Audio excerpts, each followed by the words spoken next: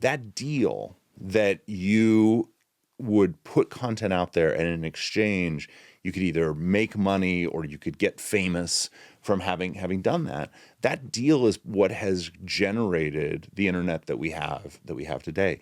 But that deal is changing, and you can actually see it by just watching any sci-fi movie.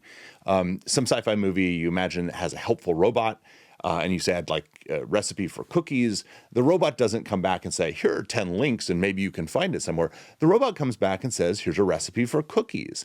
And that once upon a time was science fiction. But if you look at the AI companies today, you look at something like ChatGPT, you look at Anthropic, you look even at what Google is becoming, where they're putting AI overviews at the top of the page.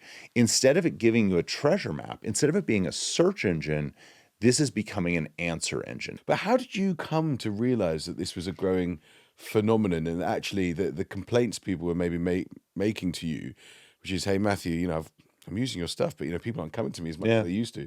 What we started to hear, because we have so many clients, is at first media companies coming to us and just saying, we're getting killed. And our business primarily is to protect against cyber attacks, the Chinese or the Russians or the North Koreans or the Iranians, hacking folks. And so when they were like, we have this new threat and it's AI companies, my first reaction was, oh God, it's media companies. Roll my eyes. They're just complaining about new technology again. They're such Luddites. Like, what's journalists, wrong? Luddites? Yeah. Seriously. Hey, you're in the BBC now, boss. Yeah. And so, I think that was my first reaction. And company after company after company said, just go pull the data. And so we did. And people might not totally understand how search engines work, but the way that they work is essentially they have a little robot or what might be called a crawler or a bot that's going around and visiting everything on the internet. And so Google every day is making billions of requests to access all of the content of the internet, and it gets a copy of everything that has been created, and then uses that to build an index, which is what the search engine is. And then when you search, it returns the results that you see. And so the deal has been that you let Google copy your content, and in exchange for appearing in their treasure map that they you get the visibility. That's right. And so we can see for the last 10 years what the ratio of how much Google crawls that content, Google takes it, versus how many page views, how many visitors they actually send you. And the ratio 10 years ago was they crawled 2 pages for every 1 visitor that they sent you. So they crawled 2, they sent you 1 visitor. Over that period of time, that has gotten much, much worse. So today it's up to almost 20 to 1. They crawl 20 pages for every 1 visitor. What's changed? AI overviews. Because that then says, I don't have to click on anything. I don't have to go anywhere. I get the answer right there. And that's the good news for publishers. If you look at folks like OpenAI with ChatGPT, they're at 1,500 crawls for every 1 visitor that they send you. If you look at something like Anthropic, it's 40,000 crawls for every 1 visitor you send you. And just from a fairness perspective, like, that's cost to the BBC. That's cost to content creators. They have to pay for all of that crawled content, and yet they're not getting anything in exchange. They're not getting the traffic. And the world over time is going to move to these answer engines. And as it does, it means that the deal that content creators have with them, it has to change. And you made in that context, and in the context of what we're discussing about the development of AI, a quite remarkable decision, which is that you said AI bots will not be allowed to scrape the data from websites that are protected by Cloudflare technology. Can you just explain precisely what was the decision you made and why did you make it?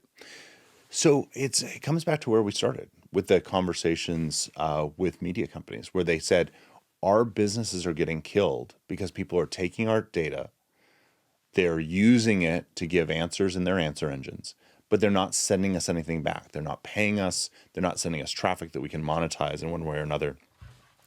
And so we started to think about, what could happen. And again, we walked through and we said, done right, we could create a new market and a new business model, which might not only be better for media companies, but might be better for society as a whole, where we get away from kind of the rage baiting, dividing media that we have today back to rewarding real content creation. And the question is, how do you get there? And you need a market. And the challenge is that no markets can exist without scarcity. There's not a market for air unless you're scuba diving, right? Because there's no air underwater, so you have to pay someone to put air in a tank, and then you breathe that air, and they make money from the scarcity of air, right? If every media company is just giving their content away for free, and they're letting anyone take it, and they're not getting anything back, then there will never be a market. And so in order for us to get to that better media place, in order for us to understand that, we said we have to restrict this. And the media companies, again, because they don't have the same technical sophistication often as someone like Cloudflare does, they didn't have the tools to be able to do that. And we really do believe that, again, coming back to those journalists who are covering government corruption, coming back to the small local newspaper that we own, we think that media is such a critical part of society, and it deserves to be protected. And so we said, we need to engage in this, and we need to take all we've learned from stopping, hackers around the world and apply that to help media companies have the ability to stop these AI bots, create scarcity, and then hopefully what emerges is not a world where all the media, all the journalists starve to death, not a world where all the media gets locked up behind 5 different AI companies, but one where there's a fair exchange of value, where if you're creating original content, you're paid for it.